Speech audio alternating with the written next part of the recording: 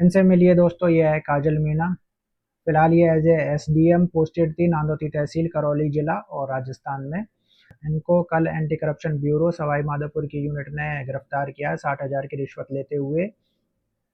तो जो कि इनके एक रीडर और एक क्लर्क के साथ इनको गिरफ्तार किया है जिन्होंने ये पैसा लिया था। और इनके ऑफिस से 4 लाख अनअकाउंटेड कैश भी मिला, जिनका कोई अता पता नहीं है कि वो पैसा कहाँ से आया।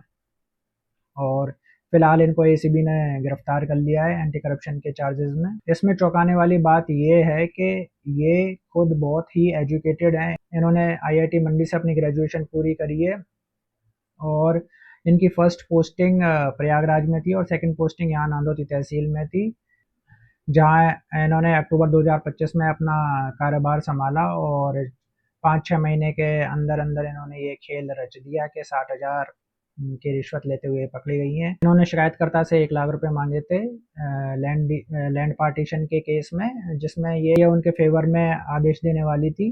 लेकिन शिकायतकर्ता ने एंटी करप्शन ब्यूरो को इसके बारे में बताया। उन्होंने एक ट्रैप बिछाया जिसमें ये फंस गई। और दोस्तों, हम कहते हैं कि एजुकेटेड बनो, एजुकेटेड बनो, एजुकेटेड बनो, बहुत अच्छी बात है। बट एजुकेटेड बनना और मॉरलिटी आना दोनों बहुत अलग अलग चीज़ है। ये इतनी पढ़ी लिखी लेडी थी मगर फिर भी इन्होंने ये सब काम किया। और बहुत लोग हैं, यही नहीं, इनके जैसे बहुत लोग हैं जो करप्शन, बड़े बड़े ऑफिसर होते हैं और करप्शन के चार्जेस में फंसते हैं। तो और भाई इनका एक इंस्टाग्राम अकाउंट भी था जिस पे 20,000 के फॉलोअर्स थे और इनको शौक भी थे काफ़ी घूमना फिरना।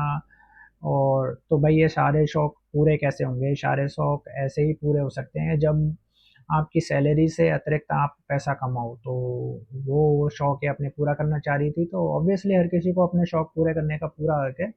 बट वो एक सही तरीके से करे तो उसमें किसी को कोई दिक्कत नहीं आएगी। करप्शन के केसेस में चाइना में दोस्तों डेथ पेनल्टी मिलती है, बट मैं डेथ पेनल्टी का सपोर्टर नहीं हूँ, मैं उसको बिल्कुल सपोर्ट नहीं करता। बट हाँ, ऐसे केसेस में जो भी ऑफिसर है उसकी सारी संपत्ति जो उसने 10-20 साल में इलीगल तरीके से कमाई है वो जब्त कर लेनी चाहिए। और यही एक वे है जिससे कहते हैं करप्शन हमें थोड़ा रोका जा सकता है।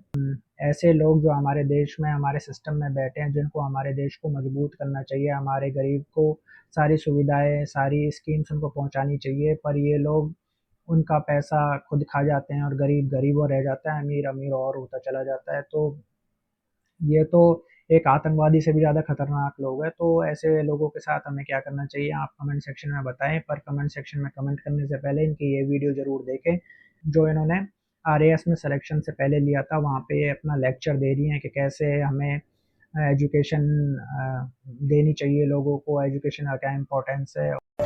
सबसे पहली प्राथमिकता तो सर एजुकेशन ही है। मुझे लगता है कि एजुकेशन ही है जो सारे फील्ड्स हैं उनमें जो भी कमियां हैं वो एजुकेशन से ठीक हो सकती हैं। और स्पेशली जो गर्ल्स चाइल्ड और विमेन एजुकेशन है उसके लिए मैं सर काम करना चाहूँगी।